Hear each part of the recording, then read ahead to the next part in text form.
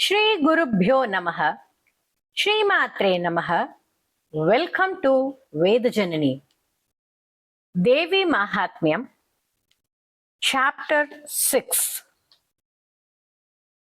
षष्ठोऽध्यायः अद्यात देवता Padmavati Dhumralochan वदः. We will see the meanings of the chapter 6 and then get into chanting. First Dhyanam. नागाधीश्वर विष्टरां पणिपनत्तंसोरु रत्नावलीं भास्वद्देहलतान् दिवाकरनिभान् नेत्रत्रयोद्भासितां मालाकुम्भकपाल नीरजकरान् चन्द्रार्धचूडां परां सर्वज्ञेश्वर भैरवाङ्गनिलयां पद्मावतीं चिन्तये. As the Adhyata Devata is Devi Padmavati, this Dhyanam starts with her. Amma Devi Padmavati, I meditate on you, who are the supreme goddess residing on the lap of Bhairava, the Lord of all wisdom. Your body is shining brightly like the radiant rays of the sun. Bhaswadehalatan Divakaraniban. And your three eyes are brilliant. Netratrayod bhasitam. Adisesha, the king of snakes, is your umbrella. You hold the Japamala, a small pot called Kamandala, a skull, and a lotus in your hands. You wear a beautiful half-moon crown on your head, Devi. Amma Padmavati, I meditate you on this form. Rishiruvacha. Rishi Medas starts his conversation. Yitya karnya vacho devya saduto marsha puritaha samachashta samagamya daitya rajaya vistarat.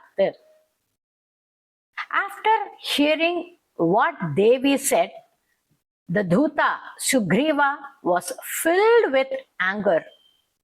He directly went to his king of the Ashura and reported the details to him. Daitya Rajaya Vistarat.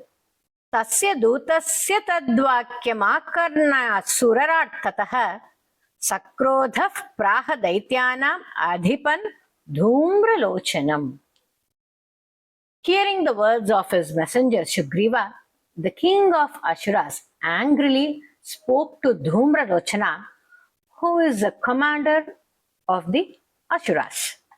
He called Dhumralochana, "Hey Dhumralochana, go quickly, surrounded by your army, and you forcefully bring that wicked lady who is arrogant by dragging her hair.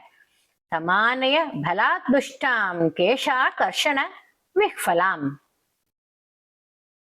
And also he continues to tell him, if anyone stands on your way to give her protection, they should be killed, whether he is a deva or a yaksha or a gandharva, he should be killed. Hantavyo marovapi yaksho gandharva evava. Rishiruvacha. Rishi continues. After hearing his king's order, the Ashura Dhumralochana left with his army surrounded by 60,000 Asuras. Vritashashtya Sahasranam Asuranam. Next, Dhumralochana saw Devi Ambika on a snowy mountain, Devim Duhinachala Samsutam. And he shouted loudly, "Come to the presence of Shumbha and Nishumbha. Prayahiti moolam Shumbha Nishumbhayoho." And he continued to shout and said, "If you do not come willingly on your own to my master today, I will take you by force by holding your hair and dragging, and you will be put in distress. Tatho balanaya mesha kesha karshana vikhvalam." Devya uvacha. Devi speaks to Dhumralochana. Daityeshwareena prahito balavan balasamvrita balanayasi mamevan tatakkinte karomyaham. Ashura's king, the strong empire, has sent you, and you are surrounded by your forces, and you want to take me by force. Then what should I do with you? She asked him. Rishiruvacha. Rishi continues to say, Ityuktassobhyadavattam asuro dhumralochanah hunkarenaiva tam bhasma sachakarambika tadaha. After Devi telling this, the Asura commander Dhumralochana ran towards her. Following that, Ambika transformed him into the ashes just by uttering the syllable Hum. Hunkarenaiva tam bhasma sachakarambika tada. Atakriddham mahasainyam asuranam tatambika Vavarshasayakais tata shakti parashwadaihi.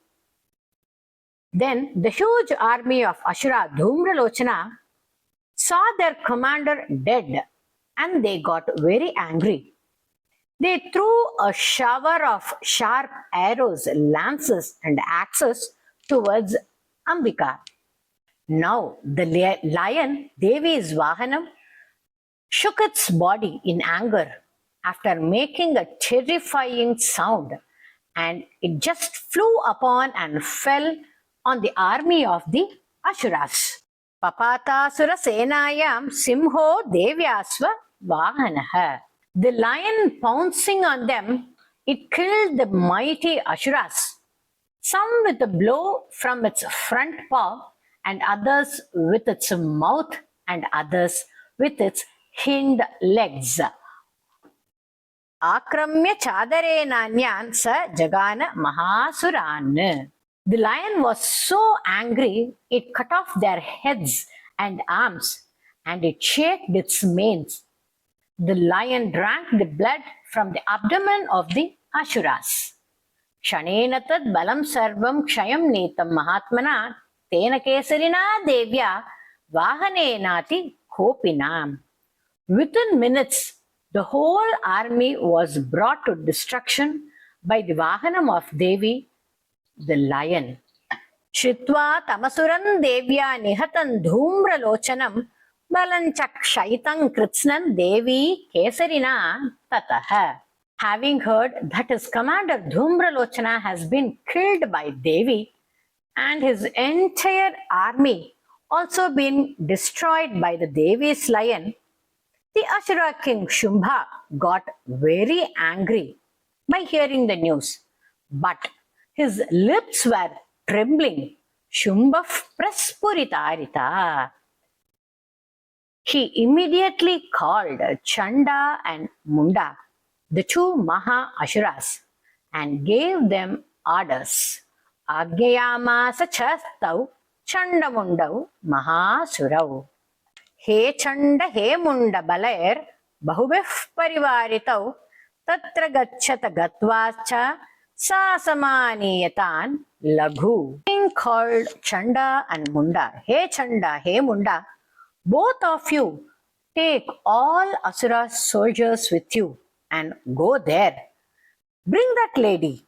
Either bring her by holding her hair and dragging her, or if you have any doubts, fight with her with all the Ashtras and ask all soldiers to use their weapons and kill her. Tada Sheshayudhai Sarvair Asurair Vinihanyatam. Tasyan hatayan tushtayam simhe cha vinipatite shigramagamyatam bhadva grihitvatam athamikam. And he continues to say, somehow you bring that wicked evil lady here by defeating her lion. Bring her alive to me and come fast, commanded their king to Chanda and Munda. Iti Shri Markandeya Purane Savannike Manvantare Devi Mahatmye Shashtodhyayaha. I request you to subscribe to Veda Janani and hit a like and share with your family and friends.